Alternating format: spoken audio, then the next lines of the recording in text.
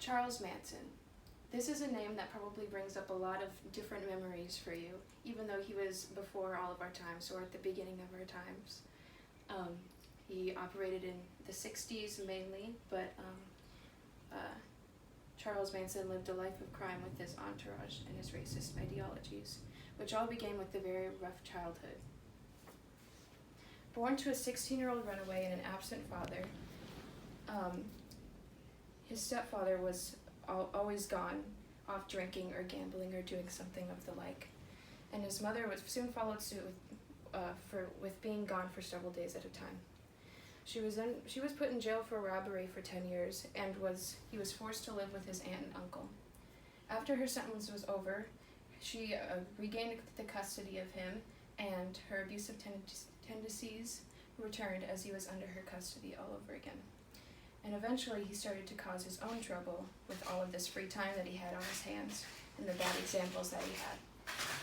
And he started to get arrested for different crimes and for a slew of robberies, and was sent to many different boys' schools for reformation. He was even caught sexually assaulting boys at knife point at these different places. And he was later on arrested for vehicle theft, he was then released, and then he started pimping out different women, went back to jail for a forged U.S. Treasury check, and then was released to move to New Mexico, and then arrested for violating parole all over again. In the 32 years of his life, at that point, he had been in jail for half of it.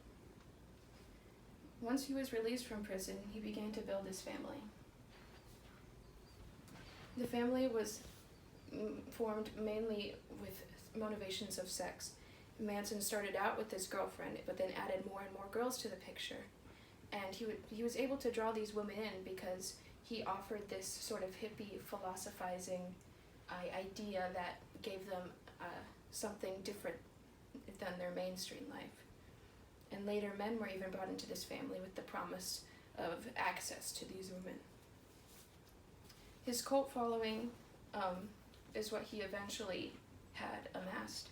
He was able to force his followers to kill people that he thought he needed to be killed, mainly for his whole idea of helter-skelter, which I'm sure you're familiar with the term that I'll get into a little bit later. One of which was Gary Hinman, which is a friend of Manson, and was killed because Manson had found out that Hinman was to come into an inheritance, and he was in a bit of money struggle. And Sharon Tate was another one that was one of his victims. She was spending the night with a couple of her friends and was brutally murdered by a group of his followers. The Manson's family had orders to make the scene as messy and as gruesome as possible, and this was among many other murders. They faced trial eventually, and he tried to represent himself during the trial, but had that right revoked. There are also several threatening things that happened to the prosecution along the way, along with one of the prosecution having an almost lethal dose of LSD by one of Manson's people, and someone on the prosecution dying mysteriously in a car fire.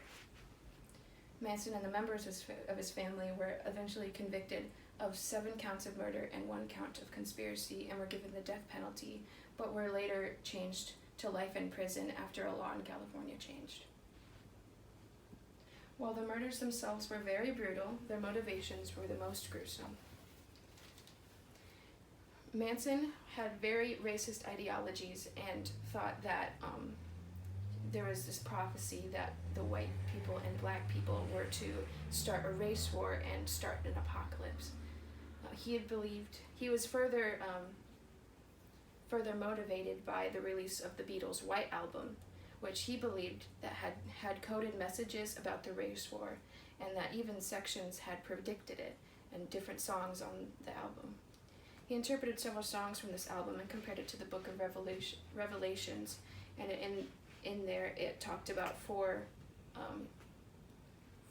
angels that were to start this apocalypse, and he believed those 4 people were the Beatles. after this, we should now be able to understand better the life of Charles Manson and his motivations behind what he had done.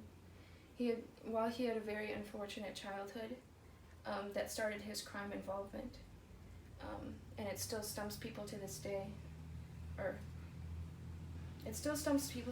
why a group of people would even listen to Manson, a person like this who is clearly insane by most people's standards.